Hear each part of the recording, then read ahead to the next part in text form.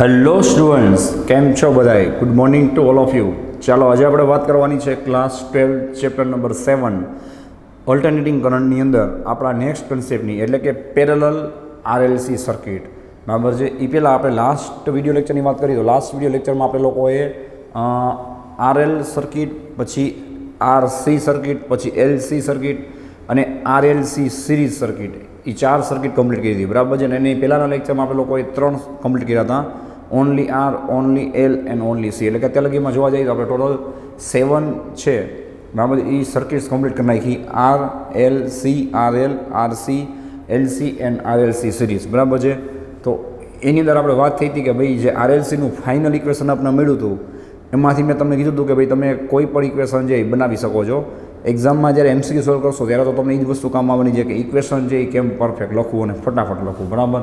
તો આપણે એના ઉપરથી જેનું રિવિઝન કરી તો તમને એની શોર્ટકટ કે કઈ રીતે આગળ વધવું એ ટેકનિક પણ ખબર પડી જાય અને આપણું એ બાને રિવિઝન પણ થઈ જાય. બરાબર છે. તો ચાલો ખાસ ધ્યાન રાખજો. આપણે વાત થઈ હતી કે ભાઈ આરએલસી સિરીઝ સર્કિટ હોય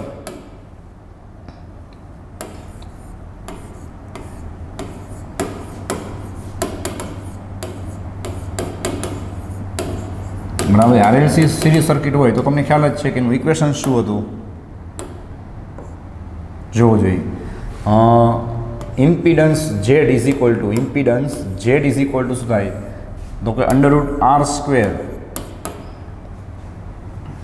plus XL - XC whole square. યાદ છે ભાઈ? r² plus XL - XC whole square. એટલે કે એક જાતનું રૂટ મીન સ્ક્વેર હતું ને ભાઈ. રૂટ મીન સ્ક્વેર બંને જે કોમ્પોનન્ટ્સ છે એનો રિયલ અને ઇમેજનરી બેનું તમારે રૂટ મીન સ્ક્વેર લેવાનું છે. આ જે રેઝિસ્ટન્સ છે ને આ બે જે રિએક્ટન્સ છે, તો જે રિઝલ્ટન્ટ રિએક્ટન્સ છે એની સાથે તમારે આ રેઝિસ્ટન્સનું રૂટ મીન સ્ક્વેર લેવાનું છે, બીજું કંઈ જ નથી. બરાબર છે. અને તમારે આમાં એની વેલ્યુઝ એપ્લાય કરવી હોય તો આપણને ઇક્વેશન આ રીતે મળતું હતું, યાદ હોય તો, કે r² પ્લસ ચલો x(l) એટલે શું થાય? ઓમેગા એલ થશે, માઇનસ અહીંયા શું થાય તો કે 1/ωc. રેડી છે? Whole square. તો આના ઉપરથી આપણે વાત થઈ હતી કે તમે કોઈ બી ઇક્વેશન છે એ બનાવી શકો છો. બરાબર છે. જોવો જોઈએ કે સપોઝ ઓનલી આર હોય. બરાબર છે ભાઈ. ઓનલી આર હોય તો શું થશે બોલો જોઈએ? ઓનલી આર હશે તો આ તો કંઈ હશે નહીં, તો r² એનું રૂટ કરો એટલે શું આવી જાય? રેઝિસ્ટન્સ તમને ખાલી મળે. વિચાર લ્યો. ઓનલી એલ હોય, જોજો, ઓનલી ઇન્ડક્ટર હોય તો તમને ખાલી શું મળે? આ ઓમેગા એલ વાળું સ્ટેપ મળે. જોઈ લો, આ બધું કાંઈ હોય જ નહીં. ઓમેગા એલ સ્ક્વેર છે એનું તમે રૂટ લ્યો, ઓમેગા એલ મળી જાય તો તમને ત્યાં XL શું મળી જાય? Omega L. જો ઓનલી સી હોય તો તમને x(c) શું મળે? 1/ωc, જે તમને ખબર જ છે.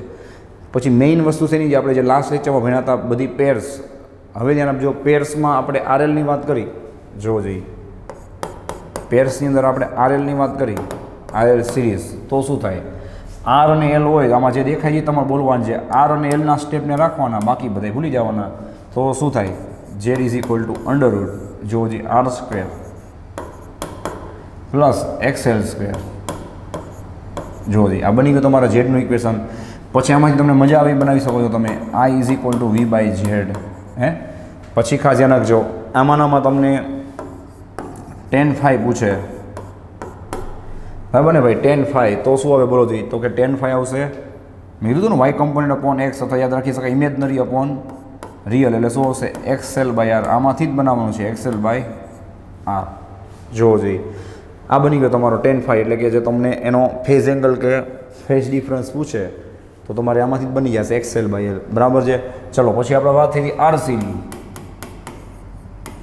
જોવો જોઈએ, તો આરસી માટે શું કરવાનું બોલો જોઈએ? આરસી માટે આપણે આના ઉપર ફોકસ કરવાનું, RNC. તમારે જોઈ જઈને લખવાનું છે, Z = √,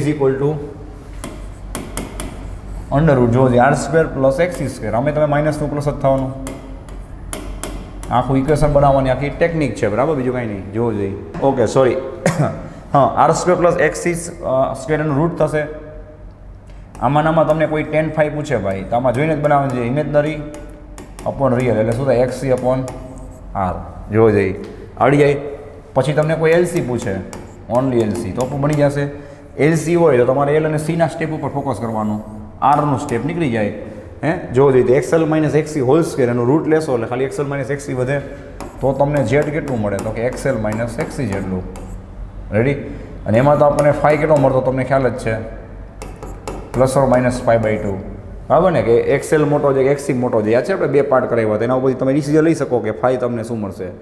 તો આમાં π/2 શું કામ મળે છે? આપણે વાત થઈ હતી બિકોઝ એમાં એલ અને સી બે રિએક્ટન્સ જ છે, બરાબર છે? યાદ રાખજો. એટલે આપણને π/2 મળે, બિકોઝ એનો રિઝલ્ટન્ટ આવશે એ +π/2 કાં તો -π/2 માં જશે, એટલે આપણને શું મળશે? યાદ રાખજો, π/2 મળશે. જ્યારે આમાં ઓનલી એલ નથી, આર પણ જોડે છે, યાદ રાખજો. એટલે આમાં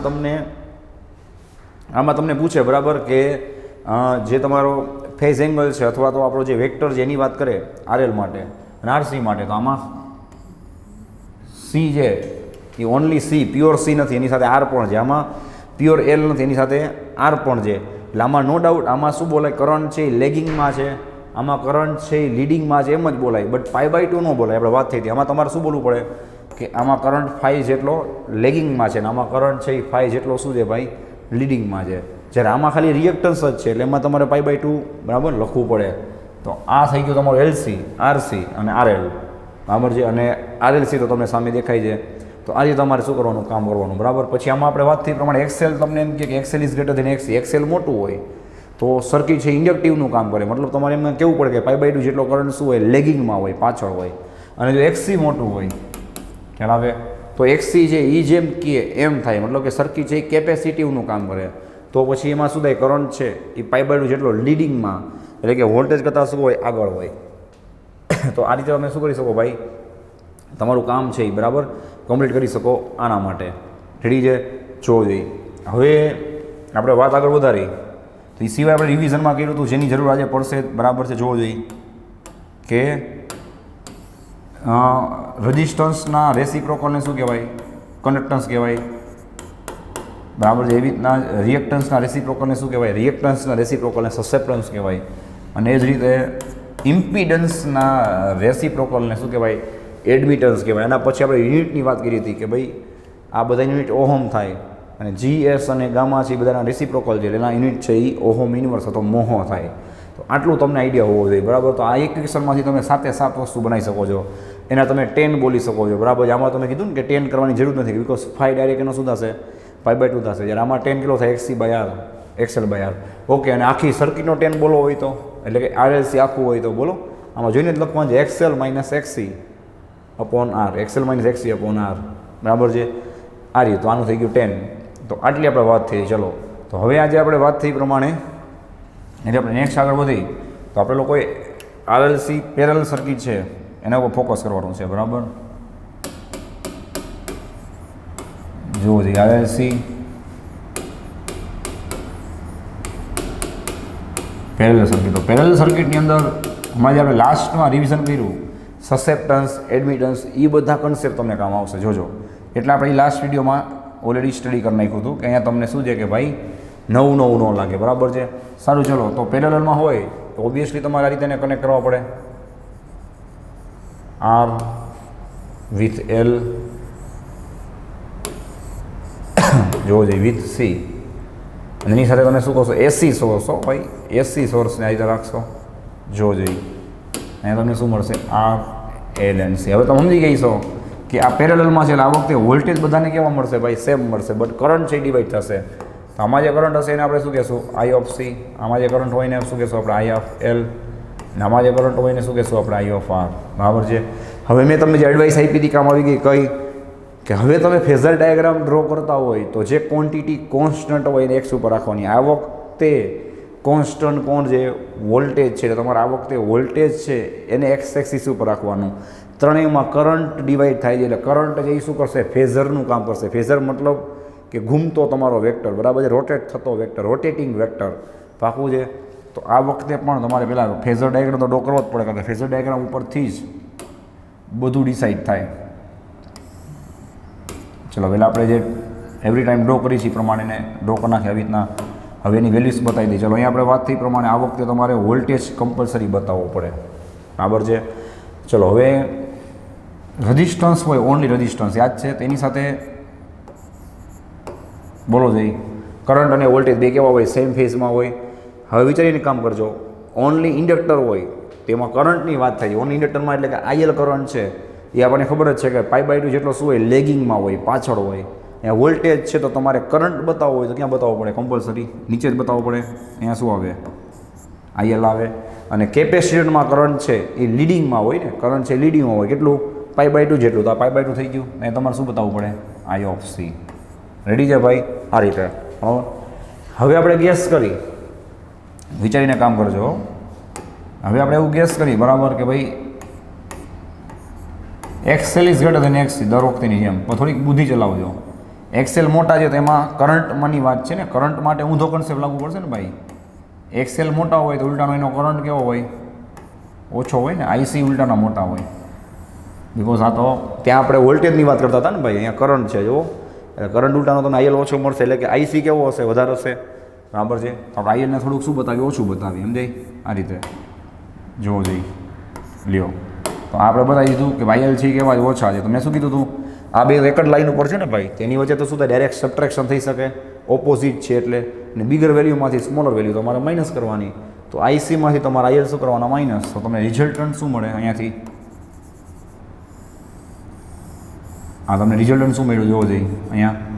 તો કે IC માઇનસ IL મળી ગયું. રેડી? ને અહીંયા શું છે? તમારું IR છે, દેખાય? તેનો મતલબ કે આ બેનું તમારે શું કરવું પડે? લો પેરેલોગ્રામ, એટલે કે તમારે એનું રિઝલ્ટન્ટ લેવું પડે. બરાબર? તો ચાલો આનું રિઝલ્ટન્ટ શું મળે તમને? અહીંયાથી મળશે આ રીતે. અને જેને આપણે શું કહીશું? Resultant current I. બરાબર છે? જોવો જોઈએ. બસ કમ્પ્લીટ. હવે જેમ કરતા એ જ વસ્તુ કરવાની છે કે રિઝલ્ટન્ટ I કેટલું હોય બોલો જોઈએ. ઓકે, રૂટ મીન સ્ક્વેર અથવા પાયથાગોરસ લગાડો. અહીં દેખાય જ છે. આટલું શું છે? IR છે. આટલું શું છે? જો IC માઇનસ IL આવી રહ્યું. તો તમને આરામથી I મળી આવી ને. રૂટ મીન સ્ક્વેર જ લેવાનું છે. જોવો જોઈએ, જોઈને IR square plus IC minus IL whole square. બરાબર છે ને ભાઈ? Complete. So I is equal two, હા હવે ધ્યાન આપજો ખાસ. હવે આની આપણે પ્રિપરેશન અહીંયા કરી નાખી. જો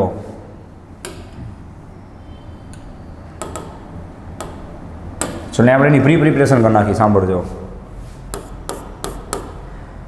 આ વોલ્ટેજ છે એ રજિસ્ટરને મળે. રજિસ્ટરને તો તમને ખબર છે I ઇઝ ઇક્વલ ટુ શું થાય? V/R થાય. વિચાર લો, આપણે કાંઈ ઉતાવળ નથી, લખી જ દઉં છું. I of R is equal to શું થાય? V/R થાય. અને 1/R એટલે મેં હમણાં જસ્ટ રિવિઝન કરાવ્યું કે 1/R એટલે શું થાય? કન્ડક્ટન્સ G થાય. પછી મારે એ જ રીતે I of L ગોતવું હોય તો શું થાય? એસ પર ઓહ્મ્સ લો. V/ ઇન્ડક્ટર માટે રજિસ્ટન્સનું કામ કોણ કરે ભાઈ? એનો રિએક્ટન્સ કરે ને, XL. હમણાં આપણે રિવિઝન કર્યું કે ભાઈ 1/XL. 1/XL એટલે શું થાય? સસેપ્ટન્સ થાય SL. અને I of C is equal to શું થાય? V/XC થાય. વિચાર લ્યો. ચલો બરાબર છે. હા, તો 1/XC એટલે શું થાય? સસેપ્ટન્સ ઓફ કેપેસિટર થાય ને. 1/XC એટલે S of C. ચેક કરી લેજો. આ બરાબર છે. તો હવે જો આપણે આ પ્રિપરેશન કરી લીધી તો આપણને બેનિફિટ શું થયો કે ભાઈ અહીંયા આપણે ખાલી જોઈ જોઈને વેલ્યુ પુટ કરવાની રહેશે. ચલો હવે હું IR ની જગ્યાએ V/G લખી શકું, એનો હોલ સ્ક્વેર પ્લસ IL ની જગ્યાએ હું શું લખી શકું? પેલા IC છે ને, સોરી, તો IC લખી નાખી. V/S of C લખી શકું, માઇનસ I of L ની જગ્યાએ હું શું લખી શકું? V of SL લખી શકું. એનો હોલ સ્ક્વેર આવશે. જોઈ લો જઈ. સો I ઇઝ ઇક્વલ, ચલો ભાઈ આમાંથી V કોમન નીકળશે, સ્ક્વેર છે અહીંયા ભાઈ, સ્ક્વેર થશે. V² બહાર નીકળે રૂટમાંથી એટલે ઓનલી V થઈ જાય. અંડર રૂટમાં શું વધે? તો કે G² plus SC minus SL whole square. વિચાર લ્યો. આ બની ગયું તમારું વાયરું ઇક્વેશન. હવે જ્યાં હતા ત્યાં પાછા આવી જાય. ચલો ભાઈ V ને ક્યાં લઈ લઉં છું? નીચે દેખાય. સો I/V ઇઝ ઇક્વલ ટુ તમને મળશે under route G² plus SC minus SL whole square. ચલો ભાઈ વિચારીને કામ કરજો. એસ પર ઓહ્મ્સ લો V/I હોય તો શું થાય? Z થાય ને, એટલે R થાય. પણ આપણે અહીંયા ઇમ્પિડન્સ માટે શું લખી હતી? ઇમ્પિડન્સ શું કામ કે જો બધાનું મિક્સચર છે ને, આપણે આખાની વાત કરી છીએ તો વી અપોન આઈ હોય તો ઝેડ થાય, આઈ અપોન વી છે, લેસ પર ઓહ્મ્સ લો શું થયા 1 અપોન ઝેડ થાય, નો મજા આવે ત્યાં લખી જ આપું છું, as per Ohm's law V is equal to શું થાય આઈ ઝેડ થાય. આર ક્યારે લેવાય, એકલો આર હોય તો અહીંયા તો ત્રણેયનું મિક્સર છે, આઈ ઝેડ હવે ચેક કર્યો છે, I by V is equal to છે ને 1 અપોન ઝેડ, ઝેડ નીચે આવે, આઈ સામે જ, I upon V is equal, બસ આવી ગયું રીઝન. ચલો ત્યાં હતા ત્યાં આવી જાય, આની જગ્યાએ 1 અપોન ઝેડ થઈ જાય is equal two √g² plus SC minus SL whole square. Ready છે. અને 1 અપોન ઝેડ છે એની જગ્યાએ તમે શું લખી શકો, એડમિટન્સ લખી શકો, admittance g² plus SC minus SL whole square. જોયું અહીંયા તમને શું મળ્યું ભાઈ, એડમિટન્સ, કન્ડક્ટન્સ અને સસેપ્ટન્સ ત્રણેય વચ્ચેનો રિલેશન મળ્યો. બટ ક્યારે ભાઈ, જ્યારે પેરેલલ સર્કિટની વાત હોય તો, બરાબર કે પેરેલલ સર્કિટમાં બધું ઊંધું થઈ જાય છે ને, એટલે તમારે શું કરવા પહેલાં રેસિપ્રોકલ છે એ લેવા પડે, જે આપણે લાસ્ટ લેક્ચરમાં સ્ટડી કર્યા હતા, બરાબર છે. તો આ આવી ગયું એનું ઇક્વેશન જે તમારે ધ્યાનમાં રાખવાનું છે, બરાબર જોવું જોઈએ. રેડી છે આ રીતે. હવે પછી આ ઇક્વેશન છે એને આપણે યાદ રાખવું હોય તો કઈ રીતે રખાય, જો બરાબર ડાયરેક્ટ યાદ રાખવું હોય તો હવે જો ઝેડનું ઇક્વેશન તમે હમણાં હજી આખું રિવાઇઝ કરાવ્યું કે r² પ્લસ શું થાય XL minus XC hall square. સમજાય? હવે કાંઈ છે નહીં ભાઈ, તમને પેરેલલ પૂછે તો આનું 1 અપોન ઝેડ કરી નાખાય મનમાં, આનું 1 અપોન r કરો એટલે જી થાય એટલે g² આવી ગયું, આનું XLનું XC થઈ જાય, SC થઈ જાય, XC છે XLનું બરાબર છે શું થાય SL થાય, આનું XC થાય. અને મારો ભાઈ કદાચ તમે SC માઇનસ SCની જગ્યાએ SL માઇનસ SC લખો કાંઈ ફરક ન પડે, અહીંયા સ્ક્વેર અહીંયા સ્ક્વેર જ છે. એટલે હું તો એમ જ કહું છું કે પછી તમે મેઇન ઇક્વેશનમાંથી યાદ રાખો ચાલે, પછી આ ડેરિવેશનની કંઈ જરૂર નથી, બરાબર છે. સિમ્પલ વાત છે. ચલો આ બધી વસ્તુની જરૂર પડે કે આ છૂટક કાંઈ પૂછાય, સમજાય, ખાલી ખ્યાલ આવે આયર પૂછાય, ખાલી આઈએલ પૂછાય, ખાલી આઈસી પૂછાય, તમને સસેપ્ટન્સ આપ્યા હોય અથવા તો સસેપ્ટન્સ પૂછાય, તમને વોલ્ટેજ ને કરંટ આપ્યા હોય ત્યારે આ બધી વસ્તુની જરૂર પડશે, સમજાય. અને અમુક બેઝિક તમને ઇન્ફોર્મેશન હોવી જોઈએ, પછી તમે ડાયરેક્ટ આમાંથી બનાવી લો તો ચાલે. કઈ રીતે જો 1 upon Z is equal two g² plus SL minus SC² અથવા SC minus SL whole square. 1 upon Z આવે એટલું ધ્યાનમાં રાખવાનું, સમજાય. તો એક યાદ રાખવાની ખાલી ટેકનિક છે, બરાબર છે. ચલો તો આને નોટ ડાઉન કરી લો પછી આપણે આગળ વધી, બરાબર. ઓકે ચલો હવે આપણે નેક્સ્ટ આવશે મોસ્ટ ટાઈમ થિયરી.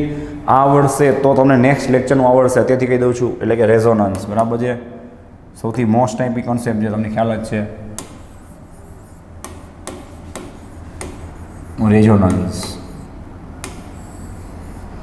ઇન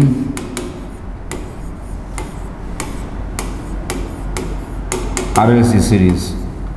હવે તમે એસ પર એનસીઆરટી જોવા જાઓ, બરાબર છે, તો આપણા ઓલામાં મેઇનલી સિરીઝ રેઝોનન્સ જ છે, પેરેલલ રેઝોનન્સ નથી, બરાબર. એટલે તમને પહેલાં જ એડવાઇસ આપી દઉં કે પેરેલલ રેઝોનન્સ તમારે કદાચ કરવું હોય તો એનું ઇક્વેશન છે, બરાબર, એ ખાલી તમે યાદ રાખી લો તોય ચાલે, બરાબર છે. બાકી મોટાભાગે પેરેલલ રેઝોનન્સ છે એ આપણા સિલેબસ પ્રમાણે જોવા જાઓ તો બહુ ઇમ્પોર્ટન્ટ નથી, યાદ રાખવું હોય તેનું ઇક્વેશન તમે પાકું કરી શકો છો, બરાબર.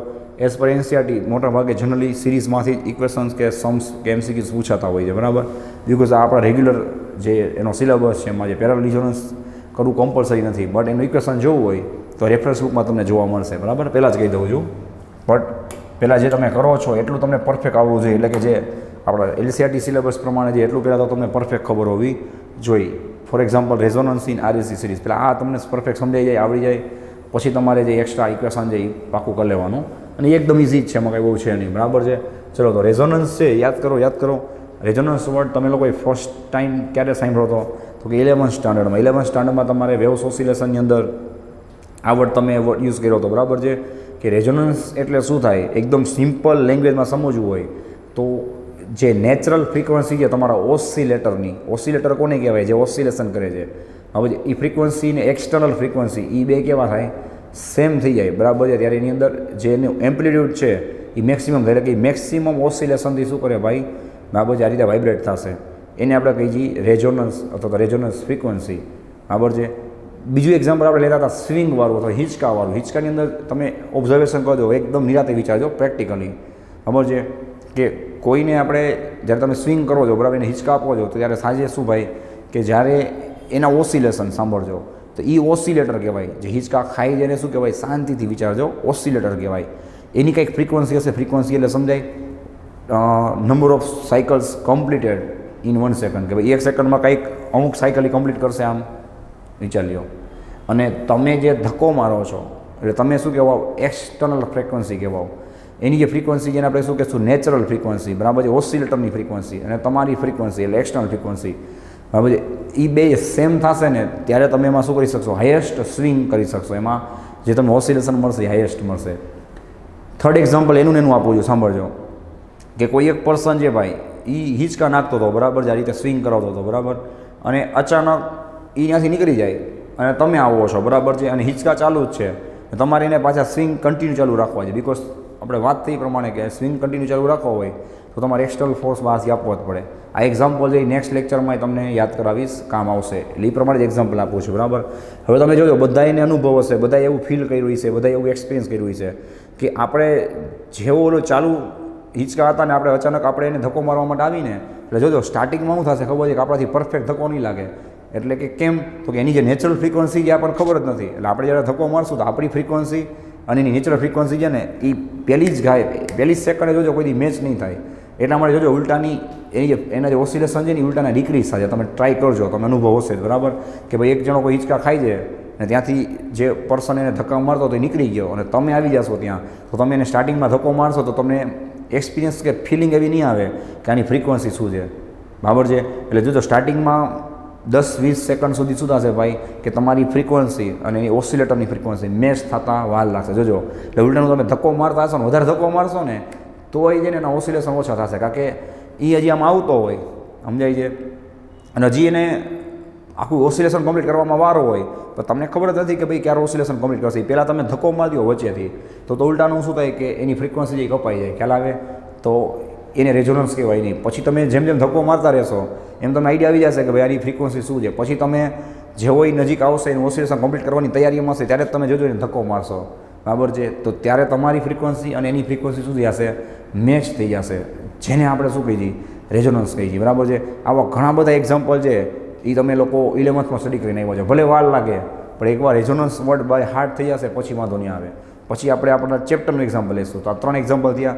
લાસ્ટ એક્ઝામ્પલની વાત કરી તો તમે લોકો એનસીટીમાં સ્ટડી કરીને આવ્યા છો કે આર્મીવાળા છે જ્યારે માર્ચિંગમાં જાય, માર્ચમાં એટલે કે ઓલી પરેડમાં જાય તો ત્યારે ઓલા જે બધા જે રિવર ઉપર કે જે પુલ બાંધેલા હોય એ પુલ ઉપરથી નીકળે ત્યારે એને માર્ચ બંધ કરી દે, એટલે કે એના જે પગ એ પછાડતા હોય આ રીતે, બરાબર છે. તો સાથે શું કે એના લેગ્સ એટલે કે એના પગની ફ્રીક્વન્સી, બરાબર છે, અને જે ઓલો ઝૂલો હોય એ ઓસિલેટ થતો હોય એની ફ્રીક્વન્સી જ્યારે મેચ થાય, મેચ ન થાય ત્યારે કે વાંધો નહીં, જ્યારે મેચ થશે ત્યારે હાઈએસ્ટ ઓસિલેશન કરે આમ, બરાબર છે. આવો તમને અનુભવ હશે, તમે ઓસિલેશન ઝૂલામાં કરાવેલા હોય ક્યાંય પણ, બરાબર, કે જ્યારે મેચ થશે તમારી ફ્રીક્વન્સી અને એની ફ્રીક્વન્સી, બરાબર છે, ત્યારે હાઈએસ્ટ તમને ઓસિલેશન મળશે. અને ત્યારે શું થાય કે ભાઈ એ જે ઝૂલો હોય એ ઘણીવાર એનો જે બોન્ડ છે એ તૂટી જતા હોય, એટલા માટે ત્યાં શું છે માર્ચિંગ બંધ હોય. એટલે આવા બધા એક્ઝામ્પલ તમે સ્ટડી કરી ગયા હતા. તો આથી આ 4 એક્ઝામ્પલ કે 3 એક્ઝામ્પલ. હવે આપણે આપણા ચેપ્ટરના એક્ઝામ્પલની વાત કરી કે આપણને રેઝોનન્સ ક્યાં કામ આવે, તો એ નેક્સ્ટ લેક્ચરમાં તો આપણે બહુ ડિટેલમાં સ્ટડી કરવાના છીએ. અહીંયા પણ તમને કહી દઉં કે સિમ્પલ વાત છે ભાઈ, કોમ્યુનિકેશનમાં રેઝોનન્સનો વધારે યુઝ થાય છે. કે રેડિયો હોય એને એક્ઝામ્પલ શું તમને ડ્રો કરીને બતાવીશ નેક્સ્ટ ટાઈમ, બરાબર છે, લાઈવ, કે ભાઈ રેડિયો હોય એમાં તમારે કોઈ તમારી પાસે રેડિયો છે તો એમાં અંદર શું હશે? સર્કિટ હશે.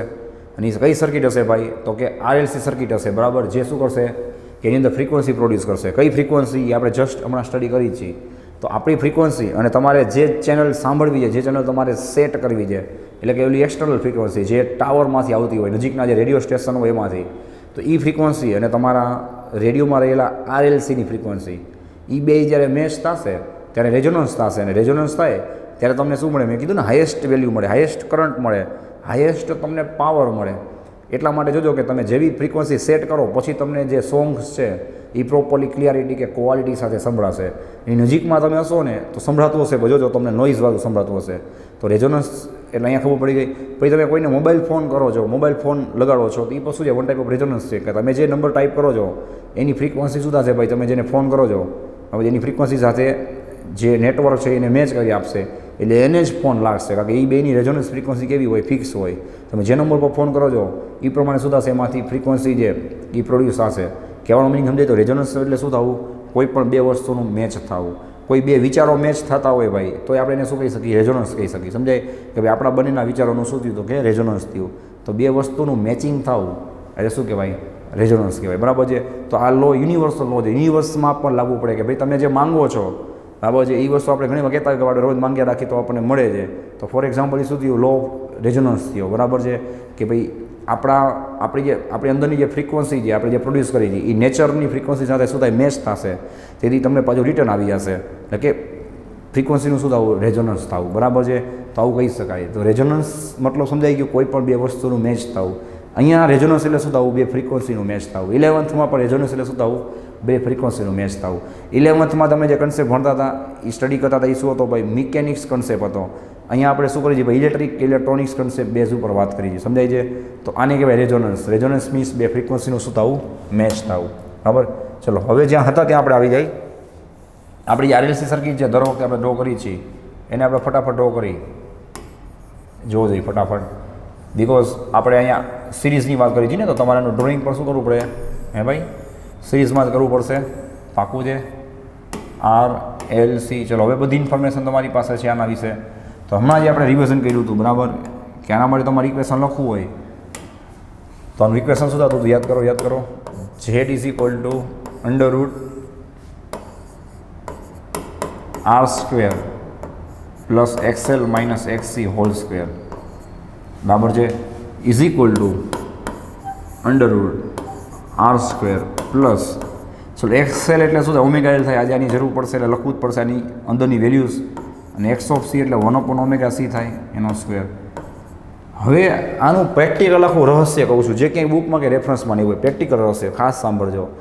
મેં તમને કીધું હતું કે દર વખતે હું તમને ટ્રાન્સમિશન લાઇનનું એક્ઝામ્પલ આપીશ, એટલે કે આપણી આજુબાજુ જે મોટી લાઇન છે બરાબર એ પાસ થતી હોય એનું એક્ઝામ્પલ આપીશ. મેં કીધું હતું ને કે ભાઈ બહુ લાંબી લાઇન હશે, એટલે કે સપોઝ કોઈ 100 કિલોમીટર 200 કિલોમીટર 300 કિલોમીટરથી કોઈ પાવર કે કરંટ આવે છે લાઇનમાં, બરાબર, એટલા દૂરથી, તો એની અંદર છે ને, બરાબર છે, આપણે વાતથી પ્રમાણે આ બધી ઇફેક્ટ છે એ જોવા મળે ને એને તમે નેગ્લિજિબલ કે તમે એને નેગ્લેક્ટ કે નલિફાઈ કરી શકો નહીં. કેમ? કારણ કે ઇફેક્ટ છે એ લાંબા ડિસ્ટન્સ ઉપર તમને જોવા મળશે અને ઇફેક્ટ વધારે હશે. જ્યારે મેં કીધું હતું કે આપણા ઘરના વાયરિંગ હોય અથવા તો નાનકડી કોઈ ઇલેક્ટ્રોનિક્સની સર્કિટ હોય તો એની અંદર પણ તમને R, XL, XC બધું જોવા મળતું હોય, પણ ઇફેક્ટ એવી હોય સાવ નેગ્લિજિબલ હોય, એટલે ત્યાં આપણે એને કેલ્ક્યુલેશનમાં લેતા નથી, એને કન્સિડર કરતા નથી. We are not taking them into consideration, પાકું છે. પણ અહીંયા તમારે એને કન્સિડરેશનમાં લેવું પડે. કેમ? જો લોંગ ડિસ્ટન્સ હોય તો ખ્યાલ આવે છે. તો યાદ રાખજો, લાઈવ એક્ઝામ્પલ આપો છો. ટ્રાન્સમિશન લાઇન છે માટલો તમને ખબર છે થોડોક, બરાબર છે, આટલો થીક વાયર હશે એલ્યુમિનિયમનો કે, બરાબર છે. તો એ એલ્યુમિનિયમના વાયરમાંથી જ્યારે કરંટ પાસ થતો હોય ને ભાઈ, ત્યારે યાદ રાખજો એમાં તમને રેઝિસ્ટન્સ, ઇન્ડક્ટિવ રિએક્ટન્સ અને કેપેસિટિવ રિએક્ટન્સ નામની પ્રોપર્ટી જોવા મળશે. તો મોટાભાગના સ્ટુડન્ટને શું હોય મનમાં કે એની અંદર ઇન્ડક્ટર કેપેસિટર રાખાય. ચાલો રેઝિસ્ટન્સ તો સમજ્યા કે મટીરિયલ છે તો મટીરિયલ રેઝિસ્ટન્સ તો હોવાનો જ છે, સમજાય છે. પણ XL અને XCમાં મોટાભાગના સ્ટુડન્ટ શું હોય કે અંદર ઇન્ડક્ટર કેપેસિટર રાખાય છે નહીં. તો ભાઈ તમે વિચારો છો કે આપણે આવડો મોટો વાયર છે, આપણે જે ઉપર ઘરની ઉપરથી જોતા હોય કે બાજુમાંથી જતો હોય, બરાબર છે, તો એ જે વાયર છે એમાં શું અંદર ઇન્ડક્ટર કે કેપેસિટર મૂકેલા હશે કે એમાં ઇન્ડક્ટિવ રિએક્ટન્સ કે કેપેસિટિવ રિએક્ટન્સ પ્રોડ્યુસ થઈ ગયો જોઈએ. તો પછી એની અંદર XL XC આવ્યું ક્યાંથી? હવે સમજાણું. તો યાદ રાખજો કે XL અને XC શું છે? વન ટાઈપ ઓફ ઇફેક્ટ છે, જેમાંથી કરંટ AC કરંટ પાસ થતો હોય ત્યારે અચાનક શું થાય છે? પ્રોડ્યુસ થાય છે. કેમ થાય છે એનું એક્ઝામ્પલ આપું છું કે એ જે વાયર હોય છે ભાઈ એ પણ શું કરેલા હોય, તમે અંદરથી એને ખોલીને જુઓ, બરાબર છે, તેમાંથી કેટલા બધા નાના નાના થીન વાયર્સ નીકળશે એકદમ, બરાબર છે. એમાંથી આખો વાયર આ રીતે શું કરેલો હોય? વાઉન્ડ કરીને બનાવેલો હોય. એટલે એ વાયર જે શું થયો હોય, જેવો તેવો વાઉન્ડ થયો હોય એટલે એમાં શું થશે ભાઈ? ઇન્ડક્ટન્સની પ્રોપર્ટી પ્રોડ્યુસ થશે. એટલે હું તમને કેટલા દિવસથી કહું છું કે આને આપણે રિએક્ટન્સ કહીએ છીએ, બિકોઝ એ પહેલેથી હોતું નથી, એમાં પ્રોડ્યુસ થાય છે. તો એ જે લોંગ વાયર છે એ પણ મેં શું કીધું, ઘણા બધા થીન વાયરનો બનેલો હોય, એટલે સોલેનોઇડનું કામ જ કરે વન ટાઈપો. એમાં XL શું થાય? પ્રોડ્યુસ થાય. અને XC શું કામ પ્રોડ્યુસ થાય? તો યાદ રાખજો કે આખો વાયર છે એની વચ્ચે શું હશે? થોડુંક હોલો જેવું હશે, થોડીક તો જગ્યા હશે, અથવા તો એ વચ્ચેની જગ્યા જે શું કરશે? ઇન્સ્યુલેટરનું કામ કરશે. અને આજુબાજુ શું હશે? આખો વાયર છે, એલ્યુમિનિયમ હોય, કોપર હોય, એ કંડક્ટરનું કામ કરે. તો આપણે સ્ટડી કરી ગયા કે બે કંડક્ટરની વચ્ચે ઇન્સ્યુલેટર મૂકવામાં આવે, બરાબર છે, તો કેપેસિટર છે એ બને અને કેપેસિટન્સની પ્રોપર્ટી શું થાય? એમાં પ્રોડ્યુસ થાય. તો એ વાયરમાં આપણે ક્યાંય કેપેસિટર રાખતા નથી, પણ તો એમાં કેપેસિટન્સ પ્રોડ્યુસ થશે, બિકોઝ એ કંડક્ટર અને વચ્ચે શું હશે? જે એર હશે કે વચ્ચે કાંઈ નહીં હોય, ઇન્સ્યુલેટરનું કામ કરશે. એટલે એમાં શું થશે? કેપેસિટન્સ નામની પ્રોપર્ટી પ્રોડ્યુસ થશે. તો આ ઇન્ડક્ટિવ રિએક્ટન્સ, કેપેસિટિવ રિએક્ટન્સ અને રેઝિસ્ટન્સ, આ ત્રણેય પ્રોપર્ટી દુનિયાના કોઈ પણ વાયરમાં પ્રોડ્યુસ થતી હોય. પણ લોંગ ડિસ્ટન્સ વાયર્સ હોય તેમાં આપણે શું કરતા હોય? ભાઈને કન્સિડરેશનમાં લેતા હોય. અને સ્મોલ ડિસ્ટન્સ વાયર હોય તેમાં આપણે કન્સિડરેશનમાં લેતા નથી, બરાબર છે. તો આ રીતે શું કરે છે ભાઈ, એક્સએલ અને એક્સસી કામ કરે છે. હવે તમે જ કહો જોઈએ કે તકલીફ શું છે ભાઈ, કે આ પ્રોડ્યુસ થયા તો એનાથી થશે શું ભાઈ, કે કરંટ છે એ મેં તમને કીધું કાં તો લેગિંગમાં જશે અને કાં લીડિંગમાં જશે. એટલે આપણા ઘરે જોજો કોઈક વાર વોલ્ટેજ ડાઉન થાય છે, કોઈક વાર વોલ્ટેજ વધી જાય છે, સમજે છે ભાઈ. તો વોલ્ટેજ ડાઉન થાય છે એના માટે રિસ્પોન્સિબલ કોણ હોય, એક્સએલ. કે એક્સએલ બહુ વધી જાય તો આપણે વાત થઈ ને કે એક્સએલમાં શું થાય, કરંટ છે એ ઉલટાનો ઓપોઝ કરે, એટલે કરંટની વેલ્યુ શું થાય, ડિક્રીઝ થઈ જાય. અને એક્સ ઓફ સી વધારે હોય તો શું થાય, કે તમને ખ્યાલ જ છે, બરાબર છે, કે કરંટ છે એ શું થશે ભાઈ, વધી જશે. કેપેસિટન્સ વધારે થઈ જાય તો એ ડિસ્ચાર્જ થાય ત્યારે કરંટને વધારે નાખે, કારણ કે એ સેમ ડાયરેક્શનમાં કરંટ આપે. અને ઇન્ડક્ટરમાં શું હોય તમને ખબર છે, એસ પર લેન્સ હોય, ઓપોઝિટ ડાયરેક્શનમાં શું કરે, કરંટ આપે. તો કેપેસિટરમાં શું થાય કે કરંટ જે આવતો એના કરતાં વધારે નાખે, ખ્યાલ આવે છે. એટલે તો આપણે શું કહીએ ને, ઓવર વોલ્ટેજ કહી જઈએ. તો આપણે વાત શું થઈ ભાઈ, કે આપણે એવો શું ટ્રાય કરીએ, એવો પ્રયત્ન કરી, એવી આપણે શું કોશિશ કરી કે આ એક્સએલ અને એક્સસી છે એ ગમે એમ કરીને શું કરે, એકબીજાને નાબૂદ કરી નાખે, નલિફાઈ કરી નાખે તો સારું. આર છે એ તો તમે ઊંધા માથે પડો તો પણ આર તો શું છે, એનો નેચર છે, એની પ્રોપર્ટી, એનું મટીરિયલનો રજિસ્ટન્સ છે. આ તો કોઈની શું થાય, નલિફાઈ ન થાય, તમે બુદ્ધિ ચલાવો, બરાબર. પહેલાં કીધું હતું કે દુનિયાની કોઈ પણ વસ્તુ હોય ને રજિસ્ટન્સ હોય જ, પણ એક્સએલ એક્સસી છે એ તો એનો મટીરિયલ જેવું પ્રોડ્યુસ નથી થયું, એ એના મટીરિયલના લીધે પ્રોડ્યુસ થયું નથી. એટલે એને તમે નલિફાઈ કરી શકો એવા ચાન્સીસ છે, અથવા એને તમે ઓછું કરી શકો થાય એટલું. કેમ, કારણ કે એ તો પ્રોડ્યુસ થાય છે, બરાબર. તો આનો બેનિફિટ શું છે, આપણે વાત થઈ પ્રમાણે કે એક્સએલ અને એક્સસી બે રિએક્ટન્સ એવા છે જે ઓપોઝિટ ડાયરેક્શનમાં હોય, સમજાય છે. તો હવે તમારું અહીંયા ધ્યાન હોવું જોઈએ, જુઓ કે તમે કોઈ એક એવી ફ્રીક્વન્સી સેટ કરો ગમે એમ કરીને, સમજાય, જોવો જોઈએ કે કોઈ એક વેલ્યુ તો તમને એવી મળશે જ ને કે જ્યારે આ બે કેવા થઈ જાય, સેમ થઈ જાય. આ બે સેમ થાય, વચ્ચે માઇનસ છે, એટલે એ શું કરે, બે એકબીજાની જે ઇફેક્ટ છે, બે એકબીજાનું રિએક્ટન્સ છે, એની જે અસર છે એને શું કરી નાખે, નલિફાઈ કરી નાખે, સમજાય છે. તો એ પોસિબલ છે. એટલે આપણે રેઝોનન્સ સ્ટડી કરી છે કે આપણે એવી કઈ ફ્રીક્વન્સીને સેટ કરી કે આનું અને આનું મેચિંગ થઈ જાય, ખ્યાલ આવે છે. અને આ બેમાં એવા સામે વોલ્ટેજ પ્રોડ્યુસ થાય, હું શું બોલ્યો ભાઈ, ઇન્ડ્યુસ થાય, પ્રોડ્યુસ થાય, કે જે એકબીજાને નલિફાઈ કરી નાખે. તો હવે સર્કિટમાં ખાલી વધે શું, રેઝિસ્ટન્સ, અને એ તો વધવાનો જ છે, એમાં આપણું કાંઈ જ ચાલવાનું નથી. બિકોઝ આર છે એ મટીરિયલના લીધે છે, રો એલ બાય એ. જ્યારે ઓમેગા એલ અને 1/ωc એને મટીરિયલથી કે એનાથી કોઈ મતલબ નથી, એ તો એસી ફ્રીક્વન્સી પાસ કરશો એટલે એમાં ઇન્ડ્યુસ થશે, બંધ કરી નાખશો એટલે પાછા 0 થઈ જશે, સમજાય છે ભાઈ. જોવો જોઈએ તો કહેવાનો મિનિંગ સમજાઈ ગયો કે આને નલિફાઈ કરવા માટે આપણે શું કરીએ છીએ ભાઈ, રેઝોનન્સ ફ્રીક્વન્સી ફાઇન કરી છીએ. તો હવે તમને સમજાશે કે આપણા ઘરે 50 હર્ટ્ઝ ફ્રીક્વન્સી આવતી હોય તેનું ઉપર રીઝન શું છે, બેઝિક રીઝન 50 હર્ટ્ઝ 60 હર્ટ્ઝનું, કે જનરલી 50 હર્ટ્ઝ 60 હર્ટ્ઝ ફ્રીક્વન્સી એવી છે કે જેના ઉપર એસી કરંટ આપણે પાસ કરીએ છીએ લોંગ ડિસ્ટન્સ ઉપર, તો આપણને છે ને આ બે નલિફાઈ થતા જોવા મળે, અથવા તો આપણને ઇમ્પિડન્સ છે ને થાય એટલો ઓછો મળે. તો આપણે એવી કોશિશ કરી હતી કે જેમાં આપણને ઇમ્પિડન્સ શું મળતો હોય ઓછો મળે, બરાબર છે. તો આ રીતે શું કરશે, આરએલસી કામ કરશે. તો યાદ રાખજો, ઇલેક્ટ્રિક લાઇનની અંદર હું એક્સ્ટ્રા કહું છું, જે તમને આખું સમજાઈ જશે તો આ બધી વસ્તુ તમને ઇઝી પડશે. કારણ કે નેક્સ્ટ લેક્ચરમાં પણ આપણે જે વાત કરશું, જે થોડોક ટફ કોન્સેપ્ટ છે, કયો તો કે બેન્ડવિથવાળો કોન્સેપ્ટ. એ બેન્ડવિથની અંદર આ બધી હાફ પાવર બેન્ડવિથ ને એવું બધું આવશે, ક્વોલિટી ફેક્ટરને, એ ક્વોલિટી ફેક્ટરને બધું પ્રેક્ટિકલી ક્યારે સમજાશે, આ બધું મગજમાં બેસે. તો યાદ રાખજો, ઇલેક્ટ્રિકની અંદર શું થાય, ઇલેક્ટ્રિકમાં મેં તમને કીધું ને કે આવી રીતના લોંગ વાયર હશે એલ્યુમિનિયમના, એમાંથી કરંટ પાસ થતો હોય એટલે એમાં ઓટોમેટિક શું થાય છે ભાઈ, તો કે રજિસ્ટન્સ એને હોય જ, એમાં એક્સએલ અને એક્સટી પ્રોડ્યુસ થાય છે, સમજાય.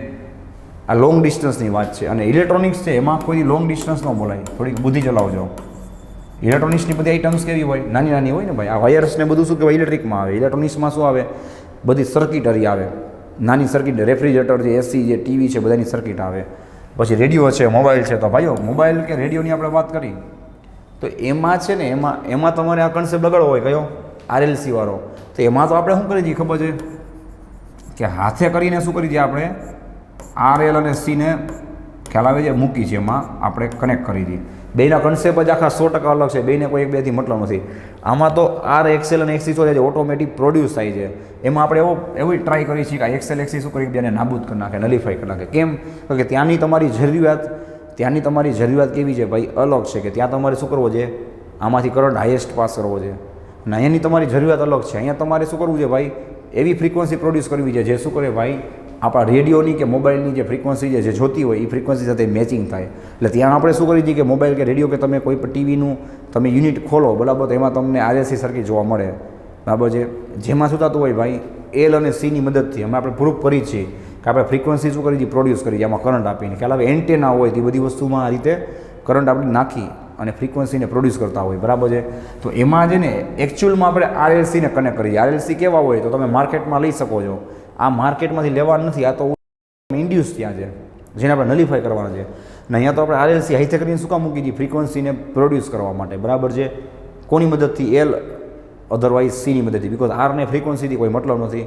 કઈ રીતે પ્રોડ્યુસ કરાય એ તો આજે આપણે સ્ટડી કરવાના છીએ હમણાં 2 મિનિટમાં, સમજાઈ ગયું? તો આમાં આરએલસી જે નાના નાના આપણા કમ્પોનન્ટ આવે, પ્રેક્ટિકલ વાત કરું છું, કમ્પોનન્ટ આપણે મૂકી અને એવી સર્કિટ બનાવી છે જે પોતાનામાંથી ફ્રીક્વન્સી પ્રોડ્યુસ કરે. તો વોકી ટોકી છે, મોબાઈલ છે, રેડિયો છે, ટેલિવિઝન છે, એ બધાની અંદર બરાબર છે આ ફ્રીક્વન્સી આપણે પ્રોડ્યુસ કરતા હોઈએ, જેને આપણે કહીએ છીએ એલસી ઓસિલેશન, યાદ છે? તો ત્યાં આપણે છે ને આરએલસી જે કમ્પોનન્ટ આપણે હાથે કરીને મૂકી દીધી ફ્રીક્વન્સી જનરેટ કરવા. અને અહીંયા જે એક્સએલએક્સી પ્રોડ્યુસ થાય છે એ એમાં ઇન્ડ્યુસ થાય છે, એમાં આપણું કાંઈ ચાલતું નથી. અને એમાં તો આપણે શું કરીએ છીએ? ઉલટાના નલિફાઈ કરી દીધી. તો બેયના યુઝીસ કેવા છે? અલગ છે. આ ઇલેક્ટ્રિકની વાત છે, ઓર ઇલેક્ટ્રોનિક્સની વાત છે, આ લોંગ ડિસ્ટન્સની વાત છે, આ નાની નાની સર્કિટની વાત છે, સમજાઈ ગયું? તો આ એનો એકચ્યુઅલ કન્સેપ્ટ છે કે એક્સેલ અને એક્સસી જે એકચ્યુઅલી કઈ રીતે જોવા મળે છે, બરાબર? ઇલેક્ટ્રોનિક્સની આઇટમ હોય તેમાં એક્સએલ એક્સસી આપણે હાથે કરીને મૂકી દઈએ, અને ઇલેક્ટ્રિકની વાત હોય લોંગ ડિસ્ટન્સીસની તેમાં એક્સએલ અને એક્સસી ક્યાં આપણે ઇન્ડક્ટર કેપેસિટર ક્યાંય તમે જોયું કે વાયરમાં ક્યાં મૂકેલા હોય કે તમે આમ તોડો એટલે નથી ઇન્ડક્ટર નીકળે કેપેસિટર, એવું કાંઈ ન હોય ભાઈ. એમાં તો ઇન્ડક્ટન્સ અને કેપેસિટન્સ નામની પ્રોપર્ટી શું થાય છે ભાઈ? એસી કરંટ પાસ કર્યા બાદ પ્રોડ્યુસ થાય છે, જેને આપણે નલિફાઈ કરવાની છે. શું કામ? નહીં તો આપણા ઘરે જે કરંટ કે વોલ્ટેજ આવે છે એનો લોસ વધારે થશે. તો આપણું એઇમ સુધી ખબર પડી ગઈ કે શું કામ રેઝોનન્સ સ્ટડી કરી હતી. આવડશે તો નેક્સ્ટ લેક્ચરનું તમને 100% ઇઝી પડશે, બાકી નહીં ખબર પડે. રેડી? બાકી આનું પ્રૂફ છે એ તો બધાને આવડતું છે, એમાં કંઈ બહુ મોટી વાત નથી, બરાબર છે? તો હવે આપણે શું લખશું? તમે સમજી ગઈ છો કે કન્ડિશન ઓફ રેઝોનન્સ.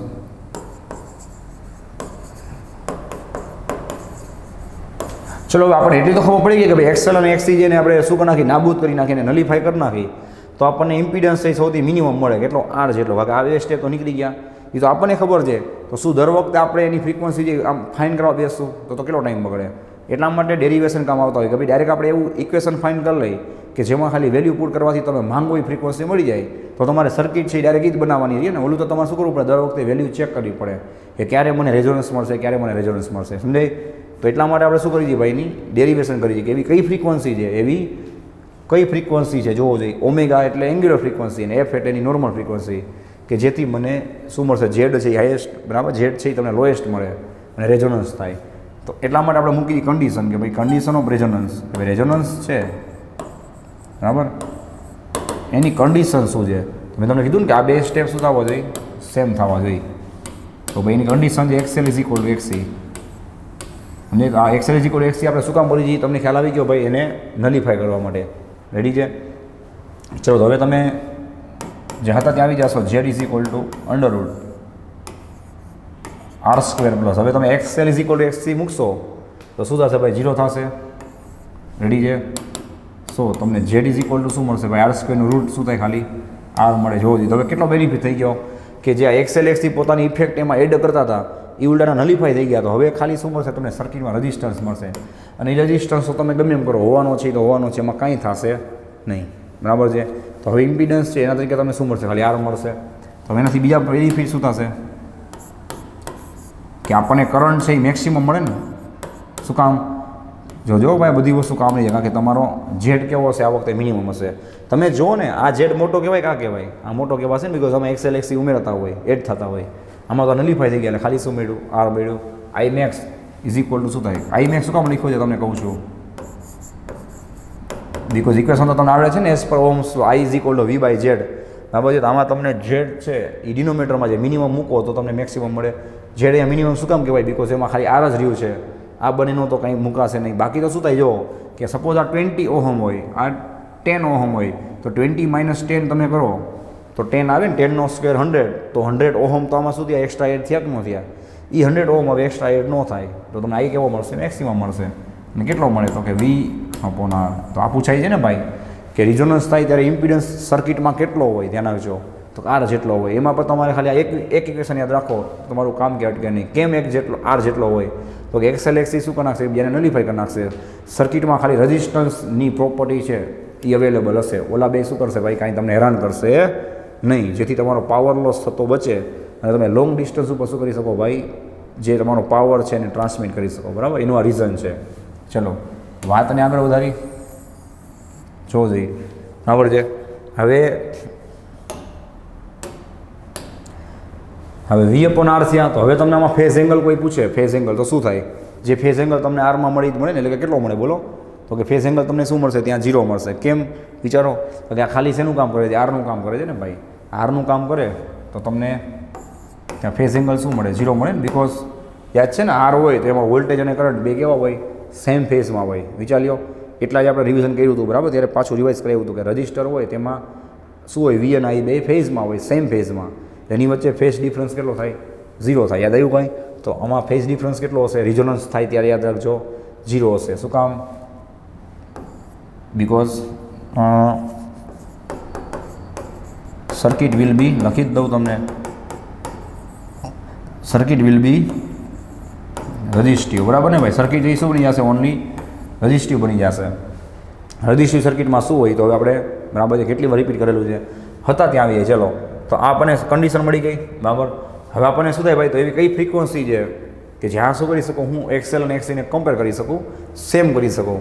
તો બસ હવે એનું ડેરિવેશન આવશે. થોડુંક જોવો જોઈએ કે XL is equal to XC છે એટલે શું થાય બોલો જોઈએ. એક્સએલ એટલે શું થાય? ઓમેગા એલ થાય. વિચાર લ્યો.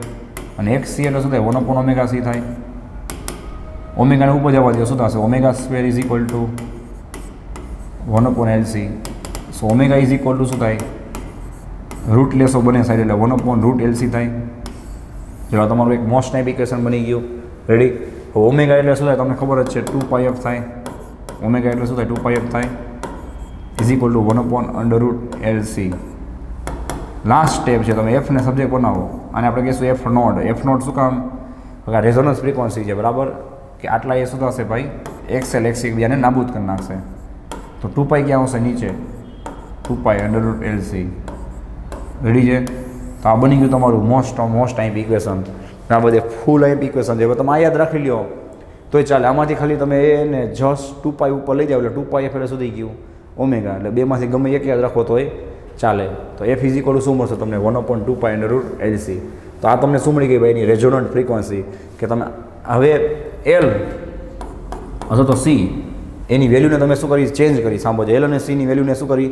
ચેન્જ કરીને તમે લોકો શું કરી શકો છો? ફ્રીક્વન્સી જે એવી સેટ કરી શકો કે જ્યારે એક્સએલ એક્સી એકબીજાને નાબૂદ કરી નાખે અને તમને જે ઇમ્પિડન્સ એ શું મળશે? હાઈએસ્ટ મળે એટલે કે આર મળે. ખ્યાલ આવે છે ભાઈ? આ રીતે કામ કરશે. અને આમાં તમને ચોખ્ખું દેખાય છે જોયું કે એફ છે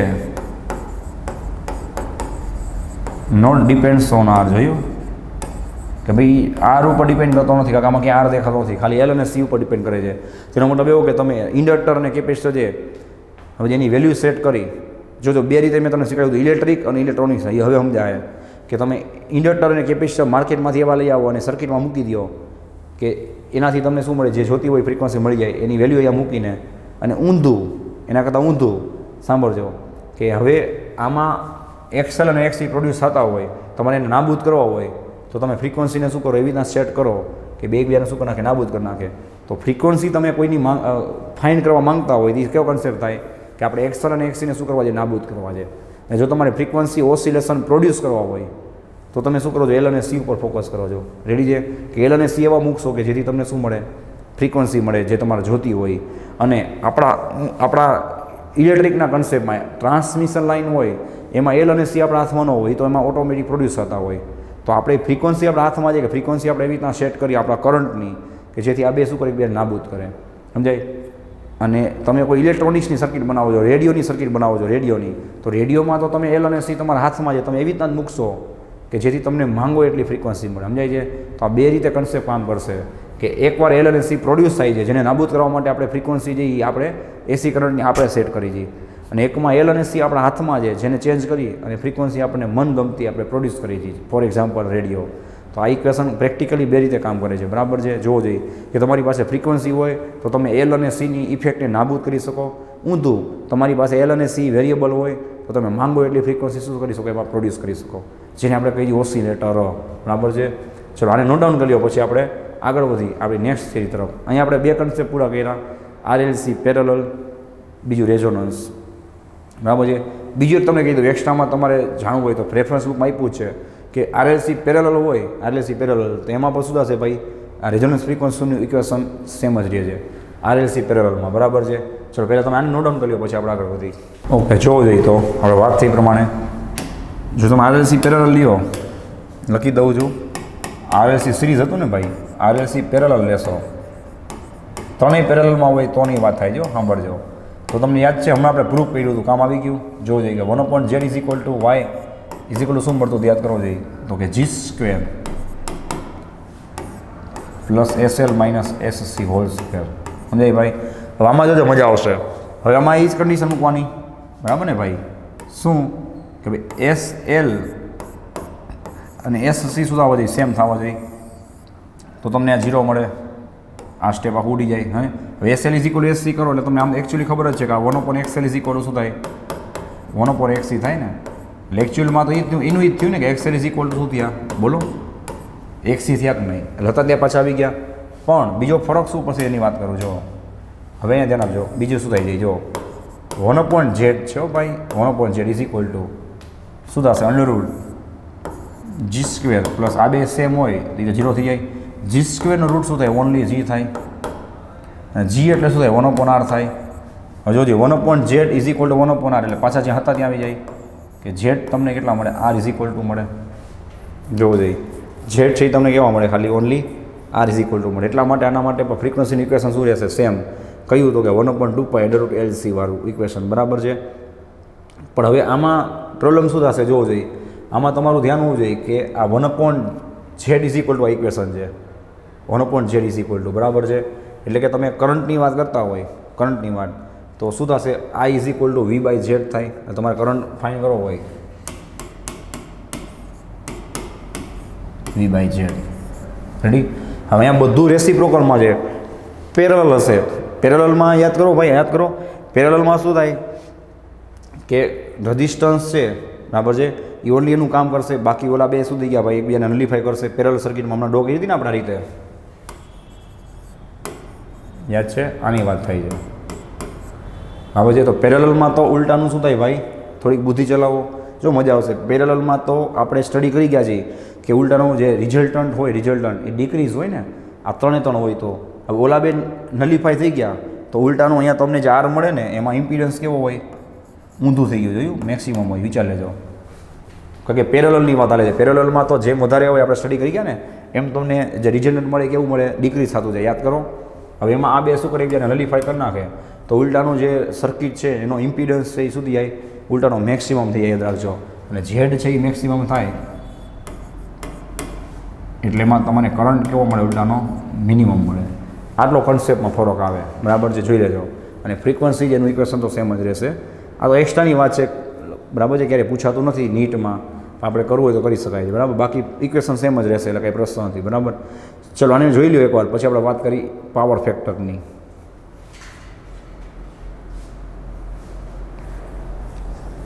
ઓકે ચલો, હવે નેક્સ્ટ પ્રૂફ આવશે પાવર ફેક્ટરનું બરાબર છે. તો રેઝોનન્સ હજી એકવાર રિવાઇઝ કરાવું છું. રેઝોનન્સમાં શું થાય તો કે XL is equal two XC થાય અને એકબીજાને નાબૂદ કરી નાખે એટલે Z is equal two R મળે. અને સર્કિટમાં ખાલી R જ વધે એટલે તમને ત્યાં શું મળશે, મેક્સિમમ કરંટ મળશે. કરંટ મેક્સિમમ હોય એટલે તમને પાવર એ શું મળે, મેક્સિમમ મળે. ત્યારની વાત થાય છે RLC સિરીઝની, કારણ કે સિરીઝમાં તો રેઝિસ્ટન્સ વધારે હોય ને ભાઈ, R, L અને C ત્રણેયનો ઉમેરાઈ જાય, એમાં એડ થાય. એમાં L અને C એકબીજાને નાબૂદ કરી નાખે તો રેઝિસ્ટન્સ સુધી ઓવરઓલ ઓછો થઈ જાય એટલે કરંટ છે એ મેક્સિમમ મળે, રેઝોનન્સ થાય ત્યારે. અને પાવર પણ કેવો મળે તમને, મેક્સિમમ મળે બરાબર છે. તો આ તો એનો ખૂબ મોટો સ્ટોરી જે MCQ માટે મોસ્ટ ટાઈમ બી છે બરાબર. ચલો હવે આપણે વાત કરવાની છે એના હજી એક ઇમ્પોર્ટન્ટ થિયરીની, તમને ખ્યાલ જ છે, પાવર ફેક્ટર.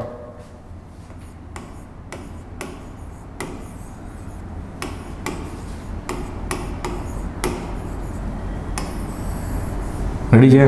ચલો પાવર ફેક્ટરની આપણે વાત કરીએ તો નામ જ છે પાવર ફેક્ટર, એટલે કે પાવરનો જે ફેક્ટર છે, અમુક એનો પાર્ટ છે, એ કેટલો પાર્ટ છે આપણને મેક્સિમમ મળે છે, કેટલો આપણે આઉટપુટમાં પહોંચાડી શકીએ છીએ, એ બધી વાત છે એને રિલેટેડ આવે પ્રેક્ટિકલી જોવા જઈએ તો બરાબર છે. ચલો પાવર ફેક્ટરની આપણે વાત કરી તો RLC સર્કિટની વાત થાય છે એમાં બરાબર. આ જ રીતે જુઓ,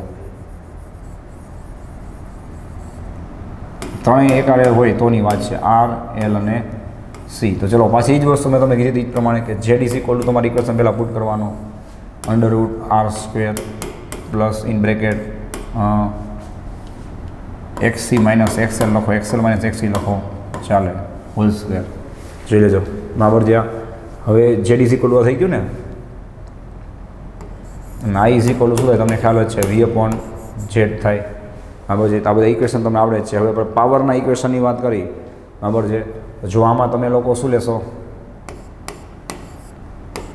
બોલો, if XC is greater than XL લેવામાં આવે તો તમને ઇક્વેશન કેવો મળશે તમને આવડે જ છે ઓલરેડી. યાદ કરો બહુ ઇક્વેશન લખ્યા આપણે આ બધા. V is equal two VM sin omega t and I is equal to IM.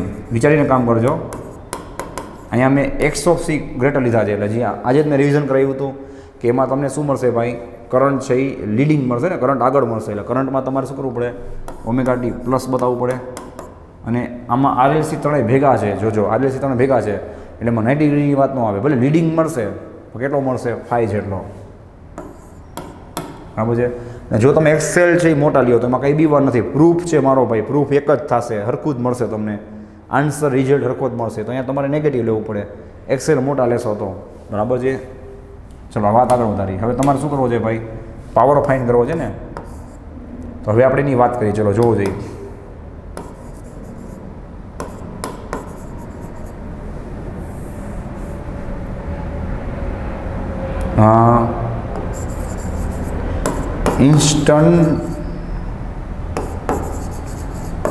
instantaneous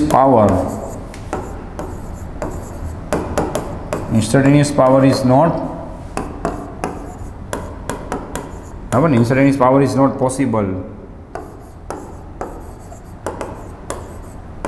to find in AC, બરાબર ને ભાઈ.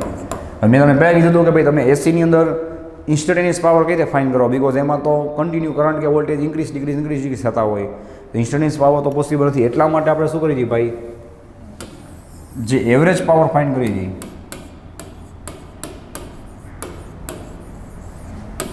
સો we are taking average power, ખ્યાલ આવે ભાઈ. અને જે આ એવરેજ પાવર આપણે લઈ જઈએ એને જ આપણે શું લેશું ભાઈ, રિયલ પાવર તરીકે ગેસ કરશું. and this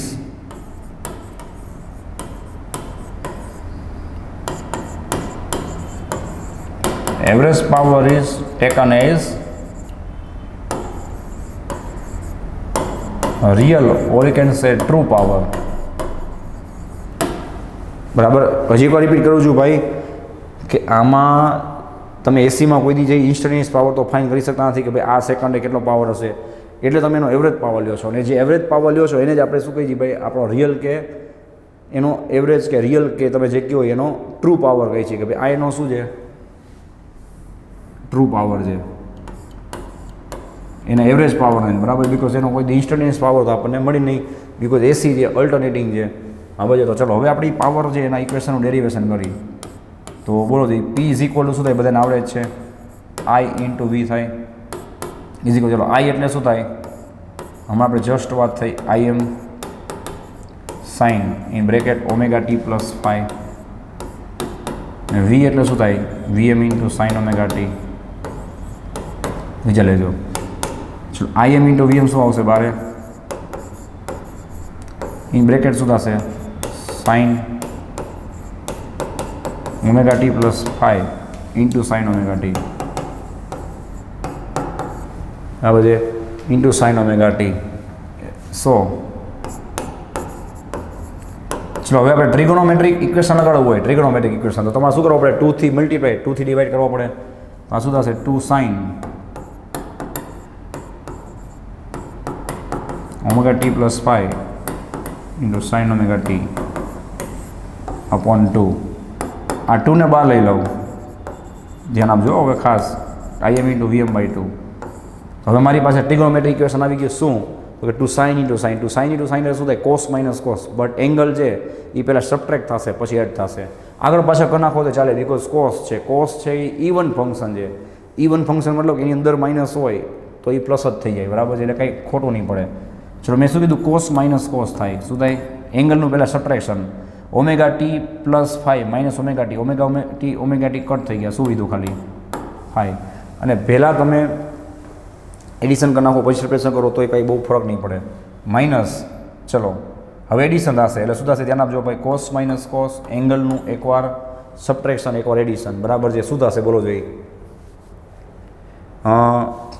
omega T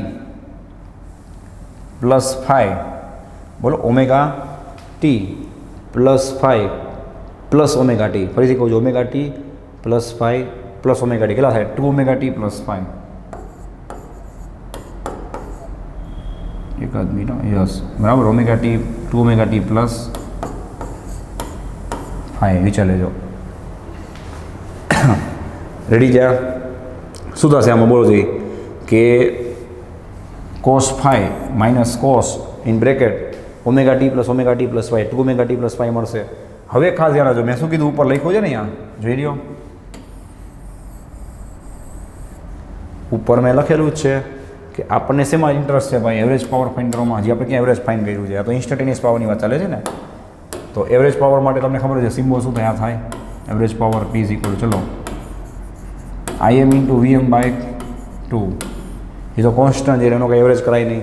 average કોની થશે? કોસ ફાઈ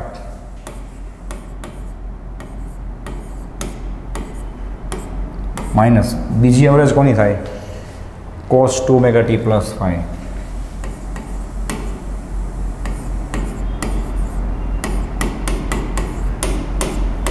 વિચારી લ્યો. હવે અહીંયા ધ્યાન રાખજો ભાઈ, એવરેજ એટલે શું થાય? આપણે કેટલી બધી વખત રિપીટ કરેલું છે, લખાવેલું છે કે એની એવરેજ લેવી હોય તો શું કરાય? તો કે એની આખી કમ્પ્લીટ વન સાયકલ ઉપર તમે લોકો શું કરો છો? એનું ઇન્ટિગ્રેશન લ્યો છો. તમે ક્લિયર લખાવેલું છે કે સાઇન અને કોસ હોય એનું ઇન્ટિગ્રેશન છે એ વન કમ્પ્લીટ સાયકલ ઉપર શું થાય? 0 થાય. પણ દિમાગ ચલાવજો, ઉતાવળમાં તમે ફસાતા નહીં, બરાબર છે?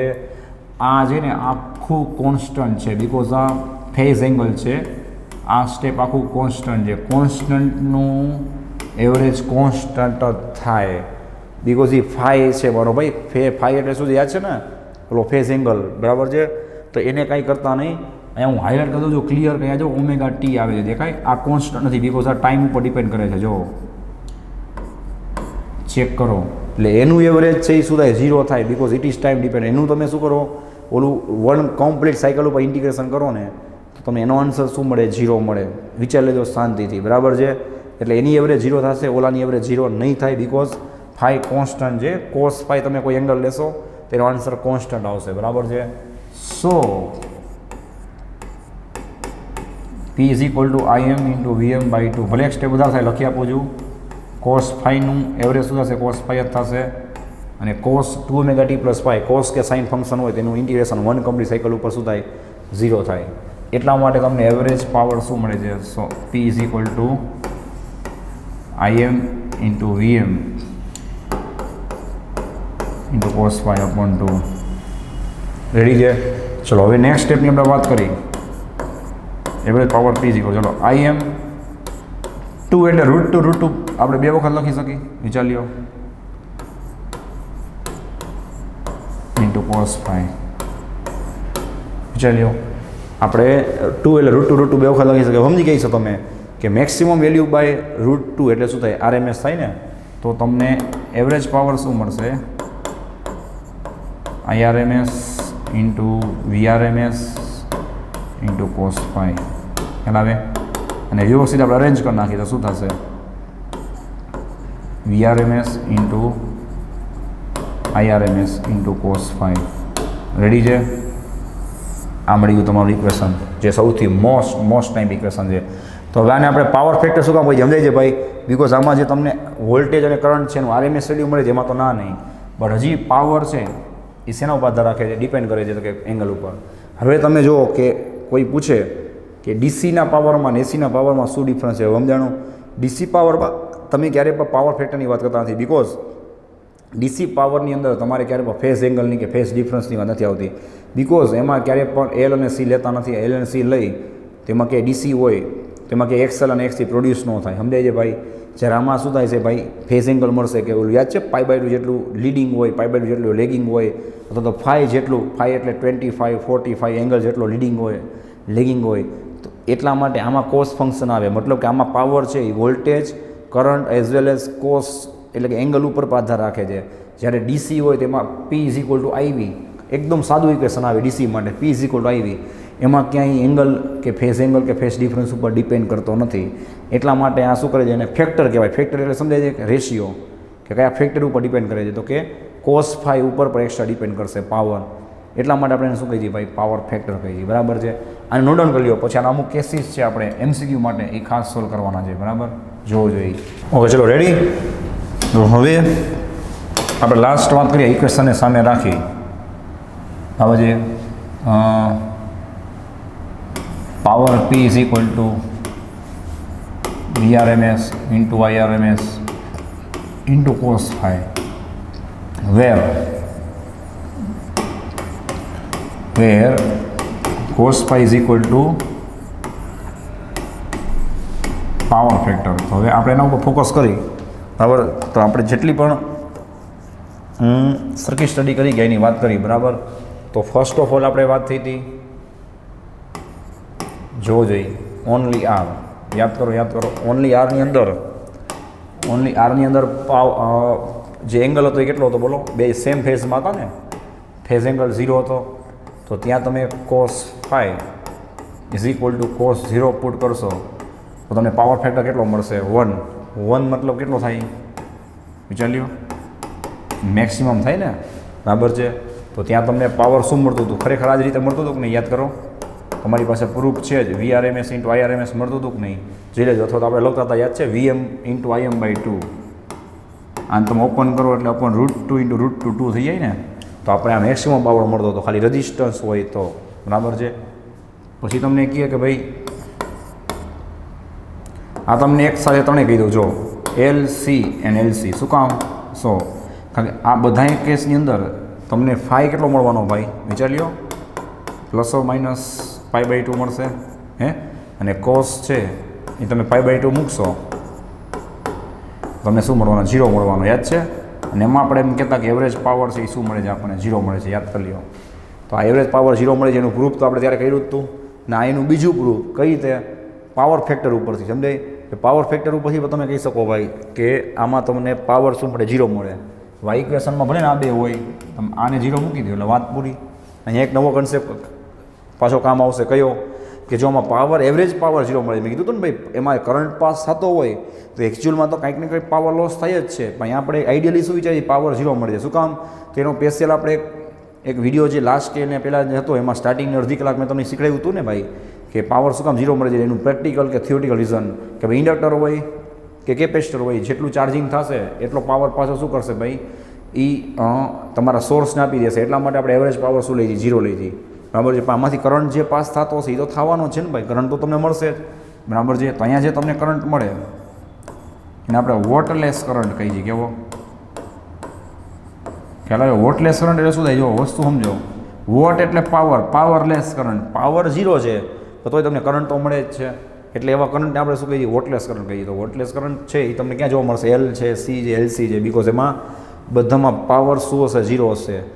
અને જે કરંટ આપણે પાસ કરી છીએ, બરાબર છે, AC સોર્સ સાથે કનેક્ટ કરીને, એ તો આપણે કરીએ છીએ ને ભાઈ, તો કરંટ તો પ્રોડ્યુસ થાય જ છે. કરંટ જતો હોય, વોલ્ટેજ આપતા હોય, તેમાં પાવર સી પ્રોડ્યુસ થતો જ હોય.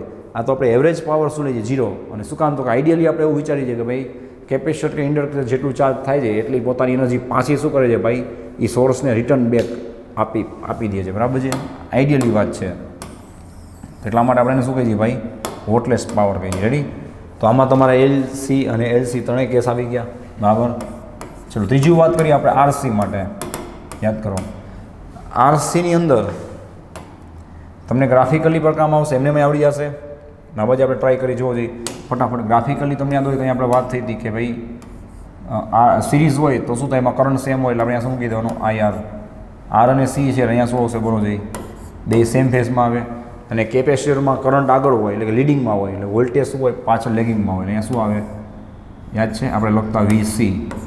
અને એનું આપણે શું લેતા, રિઝલ્ટન્ટ લેતા આમ, બરાબર છે. અને મેં કીધું તો કંઈ એંગલ શું આવે, ફાઈ આવે with respect to x axis. ચલો તો હવે તમને કોઈ પાવર ફેક્ટર પૂછે આ RC સર્કિટ માટે, તો એના માટે પાવર ફેક્ટર શું થાય વિચારો જોઈએ, cos phi થાય. cos phi એટલે શું થાય, એડજેસન્ટ બાય હાઇપો. આનો હાઇપો છે એ શું થશે, Z થાય ને, એડજેસન્ટ બાય હાઇપો, બરાબર છે. એટલે ભૂલાય નહીં. એટલે શું આવશે, અહીંયા રેઝિસ્ટન્સ કેટલો હોય, R હોય, બરાબર છે, આ રીતે. અને તમારે વીના ફોર્મમાં કેવું હોય તો કાંઈ વાંધો નહીં, તમે કયો એમ. ચલો આપણે V લખતા યાદ છે, તો કાંઈ વાંધો નહીં. જ્યારે એડજેસન્ટ બાય હાઈપો એટલે વીઆર બાય વી થાય. So cos phi is equal to, ચલો વી એટલે શું થાય, ટોટલ વી છે ને, V is equal to I Z થાય. V is equal to I Z, અરે સોરી અહીંયા રજિસ્ટર છે ને મેં લખ્યું છે વી ઓફ આર. હા, તો V of R is equal શું થાય, બોલો બોલો, આઈ આર થાય. અને વી એટલે શું થાય, તમે તમને કીધું એ પ્રમાણે આઈ ઝેડ થાય. આઈ કટ થઈ ગયા, શું આવ્યું, આર બાય ઝેડ. અને આરએલમાં આરસી માટે જે આજે જ રિવિઝન કરાયું ને મેં, આરસી માટેનો ઇમ્પિડન્સ કેટલો થાય, રૂટ મીન સ્ક્વેર. આમાંય દેખાય જ છે, આર સ્ક્વેર પ્લસ એક્સી સ્ક્વેર. જો આ પાવર ફેક્ટર તમને મળી ગયો કોનો, આરસી માટે. જોવો જોઈએ, હજી એક ચાન્સ છે. ચલો હવે આપણે વાત કરીએ છીએ આરએલ માટે. બરાબર, ફોર્થ આરએલ. ચલો આરએલમાં આપણે ફેઝ ડાયાગ્રામ ડ્રો કરી, ફેઝર ડાયાગ્રામ. તો શું હશે, અહીંયા આઈઆર આવશે. હા, અને વીઆર પર સેમ ફેઝ ઉપર હશે. અને ઇન્ડક્ટરમાં કરંટ લેગિંગમાં હોય, પાછળ હોય, એટલે વોલ્ટેજ શું હોય, લીડિંગમાં હોય. અહીંયા વીએલ હોય અને અહીંયા શું થશે, એનું હાઈપો થશે આ વી. એંગલ ઓલવેઝ આપણે વાત થઈ હતી કોના સાથે બતાવવાના, એક્સ એક્સિસ સાથે. ચલો હવે તમે પાવર ફેક્ટરની વાત કરો તો શું થાય, બોલો જોઈએ. Power factor is equal to cos phi. ચલો કોસ ફાઈ એટલે શું થાય, એડજેસન્ટ બાય હાઈપો. આનું એડજેસન્ટ તમને દેખાય છે, ફાઈનું એડજેસન્ટ શું છે જોવું જોઈએ, વી ઓફ આર છે. અને હાઈપો કેટલું થાય એનું, વી થાય. ચલો વી ઓફ આર એટલે શું થાય, Ohm's law, V is equal I R થાય. અને વી એટલે શું થાય, I Z, I cut, again R by Z આવ્યું. અને આરએલ સર્કિટ હોય, આરએલ દેખાય, તેનો ઝેડ કેટલો હોય તો કે under root R square plus XL square. જોઈ લો જઈ, થઈ ગયા. આર આવી ગયું, એલ સી 4, પછી 5 6 એક બાકી રહ્યું કોણ, આખું આરએલસી. એટલે જે એક ચાન્સ રહેશે. ચલો આને નોટ ડાઉન કરી લો, પછી આપણે આગળ વધીએ. રેડી, ચલો હજી એક ચાન્સ રહેશે. નેક્સ્ટ આવશે આરએલસી. આરએલસીની અંદર શું આવશે, એનો ફેઝર ડાયાગ્રામ યાદ કરો. અહીંયા આવશે આઈ ઓફ આર, અહીંયા વી ઓફ આર. હવે નીચે શું હશે ભાઈ, વી ઓફ સી. ઉપર શું હશે, વી ઓફ એલ.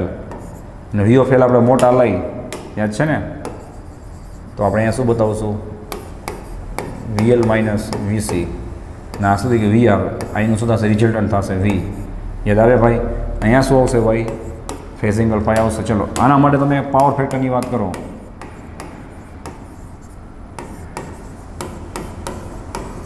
જો આના માટે તમે પાવર ફેક્ટરની વાત કરો તો શું થશે, cos phi is equal two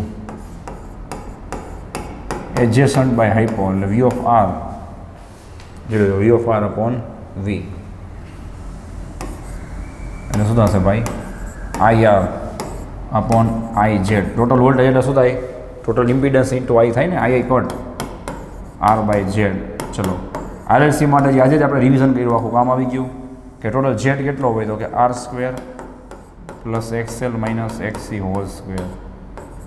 ખ્યાલ આવે ટૂંકમાં.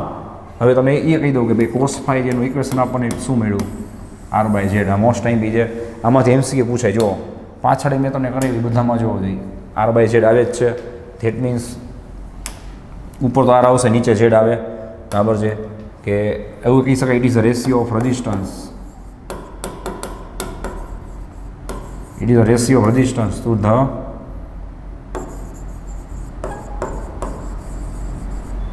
impedance. It is a ratio of resistance to the impedance. ખ્યાલ આવે છે. અને આ વસ્તુ છે એમાં તમે ઇમ્પિડન્સ તરીકે હજી આર હોય, બરાબર છે, પછી નીચે ઝેડ હોય. હવે આપણે વાત કરીએ આમાં એક કામ કરો, પહેલાં નોટ ડાઉન કરી લો. હવે આપણે જે કેસ મૂકવાનો છે રેઝોનન્સનો, આ રેડી છે. ચલો હવે રેઝોનન્સ થાય, હજી એક કેસની આપણે વાત કરીએ. ચલો એટ રેઝોનન્સ. રેઝોનન્સની અંદર તમને ખબર જ છે કે એટ રેઝોનન્સ શું થાય, okay, XL is equal to શું હોય, એક્સસી હોય. અને તમારો જે ઇમ્પિડન્સ છે, ઇમ્પિડન્સ એ શેનું કામ કરે, ઓનલી રેઝિસ્ટન્સનું કામ કરે. હજી હમણાં મેં તમને જસ્ટ પ્રૂફ કરાવ્યું કે ભાઈ કોસ ફાઈ એટલે તમે શું લખી શકો આરએલસીની અંદર. નામે રેઝોનન્સ તો આરએલસીમાં જ આપણે વાત આવશે. આરએલસીમાં R is equal to Z, અને રેઝોનન્સ થાય ત્યારની વાત છે કે તમારો ઝેડ છે શેનું કામ કરશે, આરનું. તો આર અપોન આર કરો એટલે શું થઈ ગયા 1. પાછા જે હતા ને આવી ગયા, યાદ કરવો જોઈએ. તો આપણે કીધું હતું ને ઓનલી રજિસ્ટર હોય, જો એ રજિસ્ટર હશે તો ફાઈ 0 હશે, આપણને કોસ ફાઈ કેટલા મળશે, 1 મળશે. તો જ્યારે રિઝોનન્સ થાય ત્યારે સર્કિટ ખાલી આરનું જ કામ કરે ને, જોયું. તો ત્યારે તમને પૂછે કે રિઝોનન્સ થાય ત્યારે શું થાય, તો આ બધી કન્ડિશન આવડવી જોઈએ. XL is equal two XC થાય, શોધે તમે આઈથી મલ્ટીપ્લાય કરો એટલે શું થાય, VL is equal two VC થાય, આ પૂછાય. Z is equal two R થાય, અથવા પાવર ફેક્ટર એ સુધી જાય 1 થઈ જાય. અને તમને બરાબર છે જે કરંટ મળે કેવો મળશે, એમાંથી મેક્સિમમ કરંટ મળશે. બરાબર છે, ઘણું બધું પૂછાઈ શકે. કરંટ કેવો મળે તમને, મેક્સિમમ મળે. ઝેડ તમને કેવો મળે, મિનિમમ મળે. આ બધા થઈ ગયા તમારા ફાઇનલી બીજા MCQ. રેડી છે, ચલો આને એકવાર નોટ કરી લ્યો. Ready, okay. ચલો ભાઈ, તો નેક્સ્ટ વિડીયોમાં અહીંયાથી આપણે કન્ટિન્યુ કરશું. અને આપણે જે રેઝોનન્સ સ્ટડી કર્યું છે એને, અને આજે જેટલી આપણે ડિસ્કશન કરી, બરાબર છે, એ બધી વસ્તુને પ્રેક્ટિકલી પણ નેક્સ્ટ ટાઈમ હજી કન્ટિન્યુ કરી. અને આમાં હાફ પાવર બેન્ડવિથ અને એ બધી વસ્તુ, પછી ક્વોલિટી ફેક્ટર છે એના કન્સેપ્ટની વાત આવશે. બરાબર, આમાં કાંઈ ડાઉટ હોય ખાસ મને ઇન્ફોર્મ કરજો. બરાબર છે. સો thanks for watching this video. Take care of your self and C you soon in the next lecture.